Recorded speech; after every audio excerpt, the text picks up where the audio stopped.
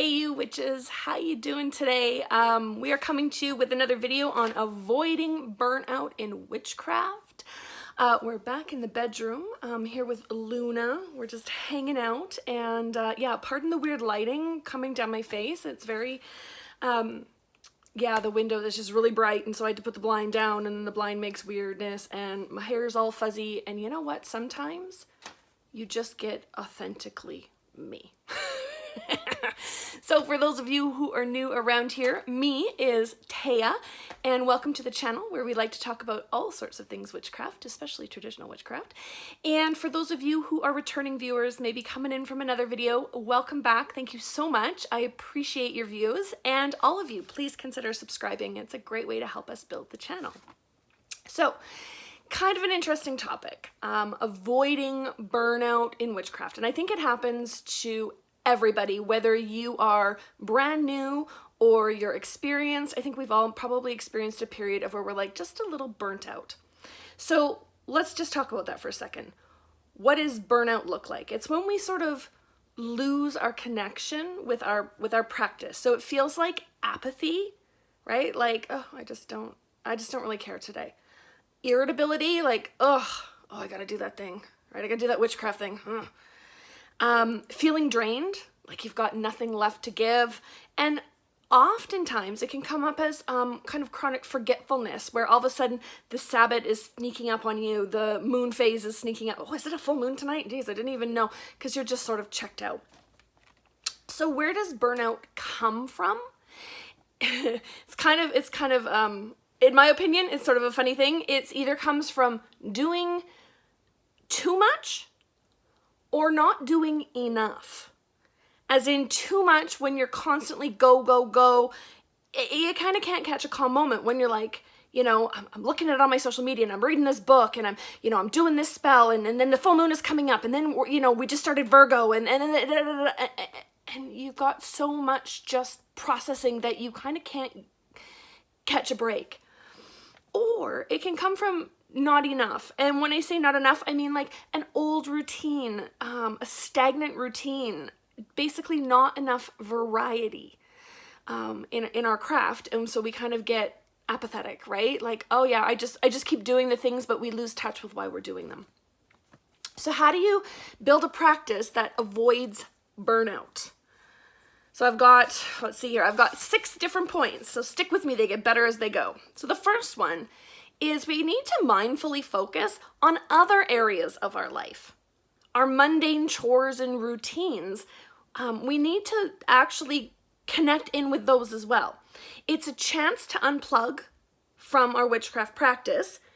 And I know a lot of times we talk about, building witchcraft into your mundane activities, like, oh, I'm gonna create like a magical floor wash. But sometimes it's okay to just wash the floors, right? Sometimes it's okay to say, I've got so much going on right now, I'm just gonna wash the floors.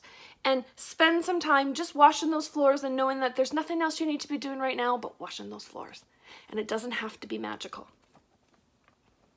Number 2 is stay curious, but stop consuming information nonstop.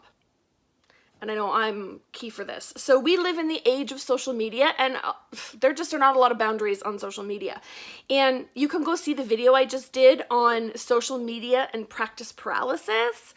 I don't know, I think it's kind of interesting. So if you want to check that social media aspect out.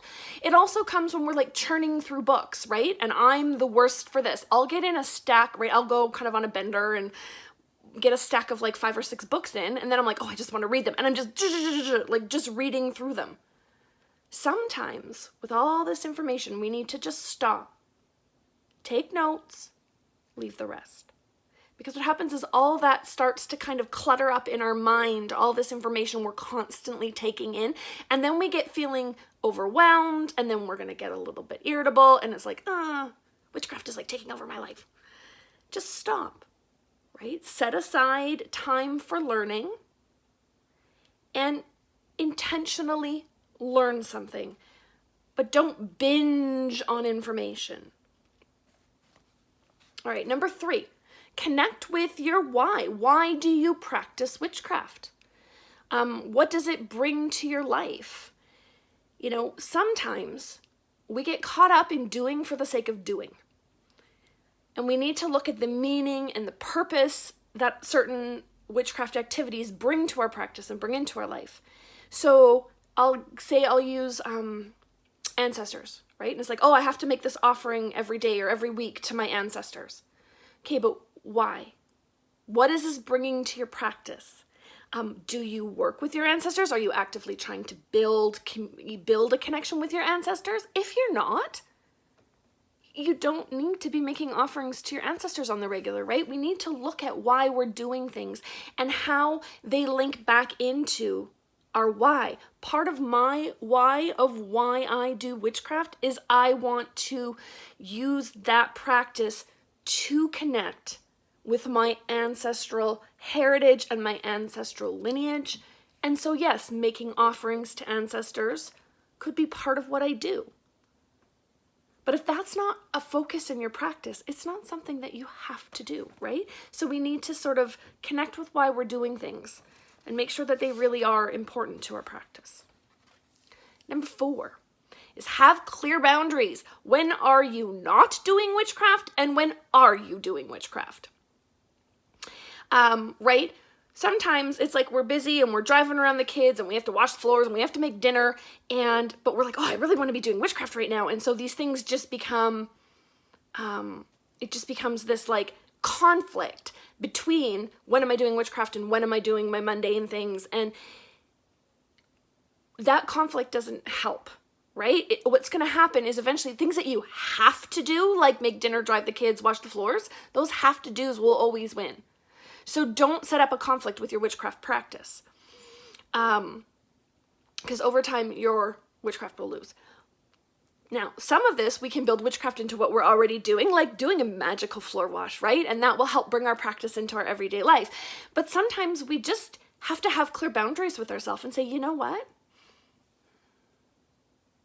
I don't do witchcraft between 3 and 7.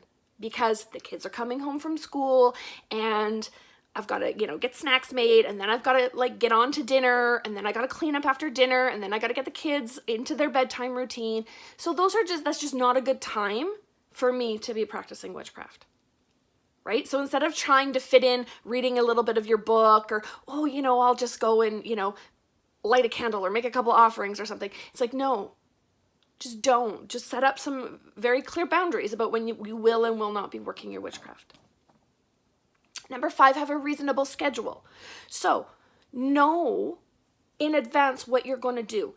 Are you going to, which Sabbats are you going to work with? Are you working full moons, new moons, dark moons? When are you going to have study time? When are you going to have working time where you're actively working on a spell or you're working on a ritual? When are you going to have time off? So for me, I go to witch school, plus I have my personal practice, plus I'm starting a new business of sorts. And so I have to make sure that hey, when am I going to have time off? So I made sure over the summer that I stepped away from my schoolwork and I didn't really step down my personal practice so much, but I did sort of step it back a little bit. I don't do quite so much. So say for a full moon, I might have done 5 different things before. Now I'm just doing 2, just for the summer, just to give myself a little bit of a breather so I don't burn out, right? I knew I needed some time off. I knew I needed some time to step away. And then when it comes to having that schedule, I use a planner to keep everything in order. So I have I'll count down how many days to the Sabbats, how many weeks to this upcoming Sabbat, so they don't sneak up on me, so I don't lose track of time. And I kind of have an idea of where my practice is at, what's coming up, what's expected. So keep a reasonable schedule. And then finally, number 6, create a flexible minimum practice. So a minimum daily or weekly to do. Maybe it's around doing a reading, saying a prayer, making an offering, but what can you do at a minimum? And this is always my tip for everybody in their practice. What's your minimum practice look like? So that when life gets busy, when we start maybe feeling a little overwhelmed or burnt out or apathetic, we can revert to just doing our minimum. So an idea is like, and another tip is to build that minimum into things you're already doing. So maybe it is, you know, stirring my coffee with intention in the morning and saying a quick prayer. Maybe it's doing, like in my shower, I have a separate a bar of soap that's infused with all sorts of essential oils, and I keep it sort of off to the side, and then at the very end of my shower, I give myself a quick once over with this bar of soap, and it just does a quick energetic cleanse for me, right? And I do that basically every time I shower. But it's just something that I can do because I'm already taking a shower, so it doesn't require me. So at a minimum, I'm like, yeah, I can add that extra step into my shower, so that when I am like, I need to step back, I need to, you know, take some time, I'm still having that minimum that I keep up with. So I still feel connected to my practice. I don't just shut it down completely. So as a recap, our 6 things are: mindfully focus on other areas of your life, stay curious but stop consuming information nonstop, connect with your why, have clear boundaries about when you are and are not doing witchcraft, have a reasonable schedule so you know what's coming up, and create a flexible minimum practice so that you've always got that to default back to.